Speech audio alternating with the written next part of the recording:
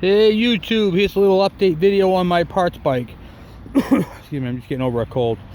Okay, so the bike has nice tires on it.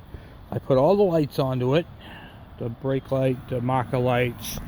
I changed out the seat. You saw the seat in the other video. It was black and was all cut up. The tank, the exhaust, everything is in excellent condition. Tires are in good shape. It's got the lights in the front. Now this bike right here is made up of different bikes. It's got 1995 tank and seat and exhaust shield. The exhaust is the original for the motor. The motor and the gauges match. So there's that. It does the chain I lubed, but it's in pretty rusty shape. But for riding around the yard, it's not going to be all that bad. Not something I'd really keep on the road for that long of time. It's a G5 motor. What do you call it there? I ultrasonic cleaned the carb. This has the points ignition. Now normally you'd have the green tank with the seat with the strap over it. On that KE100, that would have electronic ignition. But the bike is a 1990. It's the original electrical harness for the bike. Just that the what do you call it there? The motor is also from a 90, but not this bike. It's from another parts bike. So the this motor right here has what is it there? 1826 miles. Now the original motor had less than that, had 1400 miles on it, but they left it out in the weather. They took the air cleaner off for some stupid reason. I don't know why people do what they do, and left it out there all winter. And they took a perfectly good engine and destroyed it. Water got in the ruined the crank bearings. I mean, the motor was just gone. So I have totes and totes of parts and everything else. I ordered the fork seals. They came in. I just haven't done them yet. So I'm going to do a video on how to do fork seals on these bikes, because as you can see, these seals are gone. There's like your front suspension just drops when you get on the bike. But other than that, I put a battery in it. I put the little reflectors on here. These right here were all missing, all these reflectors. I ordered a mirror kit for it. The goal for this parts bike is to have a second KE100, because I have a nice one, a 91. And I'd like to have one for parts. I mean not parts, but you know, I could hop on if my other one's down. It's a very fun bike to ride. I enjoy riding it. I do have to clean out the exhaust. There's a resonator problem in there, so she's a little on the loud side, but I did fire it up earlier. See if she'll start. Had a hard time starting, probably for the age of the fuel. The fuel that's been in this thing sat pretty much all winter. So see if I can.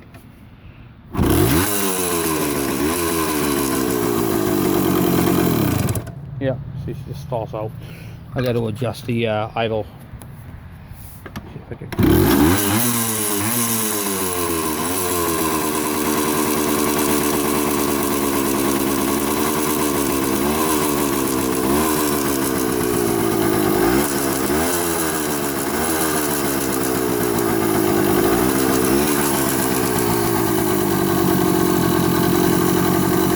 There we go. Now it's idling on its own. If it stalls out, I have no idea.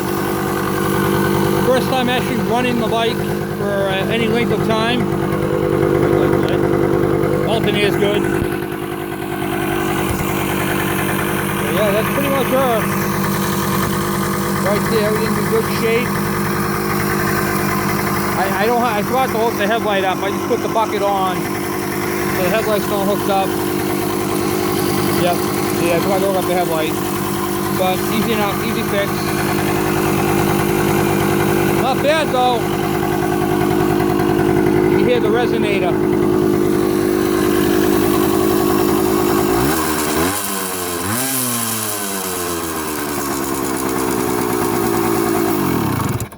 This bike is oil injection, just like all the rest of the these Kawasaki 2-strokes.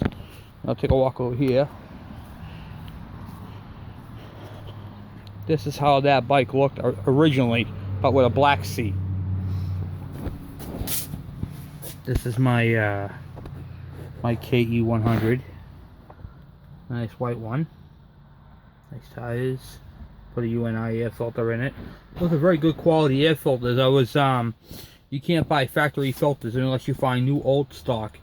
And UNI, and I'm going to do a name drop here, the UNI company has a air filter that fits in there absolutely perfectly. I mean, sealed up, very good quality filter. I am very impressed with it. In fact, I'm going to be ordering one for each one of my bikes because it's a very good filter. It's my little KD80 M 2-stroke. Same, if you look at the motor on it, they're basically the same. There's no real difference on them except for the cylinder head's different.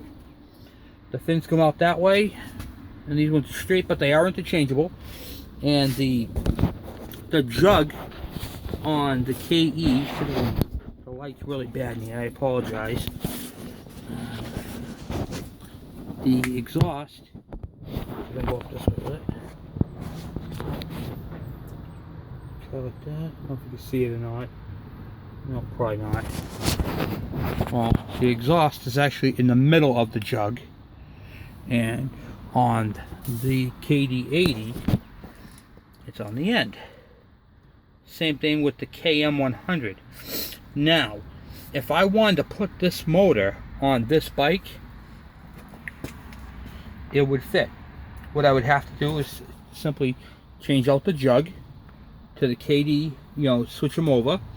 And so whatever bike you're going to use, say you're going to put that KD80 motor on the KE100, you would change out the piston and cylinder and the cylinder head, and everything would bolt up just fine. That's the only difference on the motor. The gear ratio, transmissions are all the same.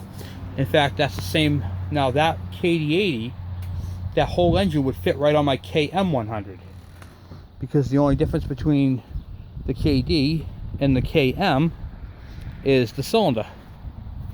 So, and piston. Cylinder and piston. Strokes are all the same on all.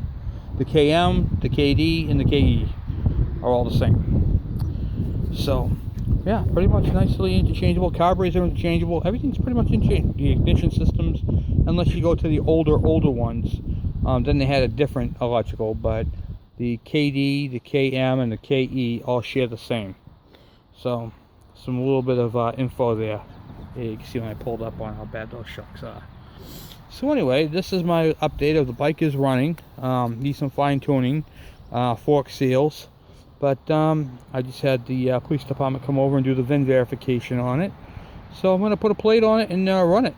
And then I had out my MB5 today. Had my MB5 out. Had this thing. I love this bike. It's ugly, because it's got rust on it. But when I do the restoration job over the winter with it, this thing came out really nice. A couple of projects I'm working on right now. I'm working on my this is a Yamaha Breeze 125. I paid $40 for this thing. I put lawnmower tires on it. These tubes out. I ultrasonic cleaned the carburetor on this one. I had to put a seat on. The seat was originally all torn up on it. It was awful. And I put the air filter assembly was all missing on it. So I got that all in there. Had to replace the intake. The bike has a fuel leak on it right now from the petcock, but does run. It's a good running bike, and I can't wait to use that. And then I got my Brute Force 650. I just did the carburetors on this one, so carburetors are all up underneath here. So I'm actually in the process of putting this all back together. I just fired it up, but this thing's a monster, literally just a monster. So I'm gonna be doing some projects. I got let's see, I got a Yamaha Virago under this one and a Honda under that one. So I'm gonna be doing some pretty cool projects that'll be coming up soon. One of the things I'm going to be doing is a video on ultrasonic cleaning the carburetor. A lot of people don't even know what that is, and I'm not going to use carburetor cleaner. I'm actually going to clean the carburetor with Simple Green, and it's going to come out like brand new. I'm going to show you guys how I do it with the Simple Green. It's well, it's better for the environment first. Second off, it not only does it clean the carburetor, It degreases. It does that. I mean, everything. The brass comes out nice. And I'm going to show you how to do it. It's a lot cheaper if you have an ultrasonic cleaner to clean the carburetor with, we call it the Simple Green. In fact, all these carburetors on these machines have all been cleaned with Simple Green as a carburetor cleaner agent in the ultrasonic cleaner. And that is pretty cool. So basically, you just mix in water and you know the squirt bottles of, what do you call it there? Simple Green.